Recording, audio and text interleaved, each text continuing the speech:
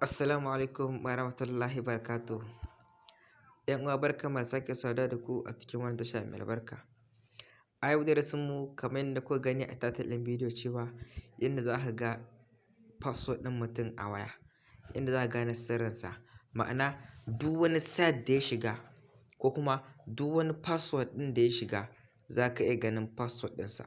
Sannan kuma misali kamar idan a ce ka yi login a wani abu kamar wani website ne ka rasa inda password ɗin yake, to ga yanda za ka shiga ka gane ina password ɗin ka ajiye shi. To da farko dai ya za mu gane wannan abun? Za mu shiga cikin Google Chrome ɗinmu haka. In muka shigo cikin Google Chrome in ya buɗe mana kamar haka, za mu zo nan gurin, wannan gurin mai ɗan alama sai mu danna. Sai mu yo ƙasa ga wani waje an sa settings sai mu danna a kai. In muka danna a kai sai mu yo ƙasa, ga shi an sa passwords sai mu danna a kai. Sai ka yo ƙasa. To duk wani waje, duk wani website ko application da ya yi login a ciki ko ya buɗe account ya saving ɗin password ɗin, to duk za ka gan shi a nan. Misali kamar Boomplay ɗin nan, in ka shiga ya za ka ga password ɗin sai ka danna wannan alamar kamar ta ido sai ka danna. Za su tambaye ka cewa ka sa password ɗin wayarka. Misali ka sa password ɗin da yake kan wayarka haka, to in ka buɗe shi password ɗin zai nuna maka kamar haka. Misali ga username ɗin ga kuma site ɗin.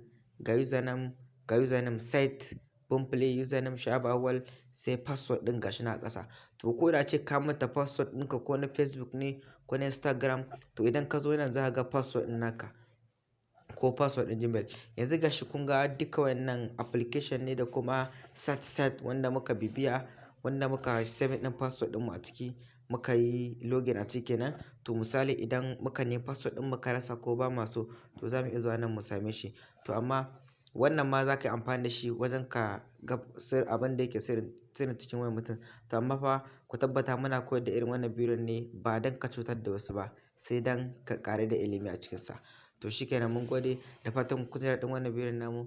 Guraren da muka yi kuskure ku gafarce mu. Da Allah idan wannan ne zuwan ka na farko, ku zo ku danna subscribe, sannan ka danna alamar ƙararrawa, kai mana like bidiyo sannan ka yi sharing. Mun gode.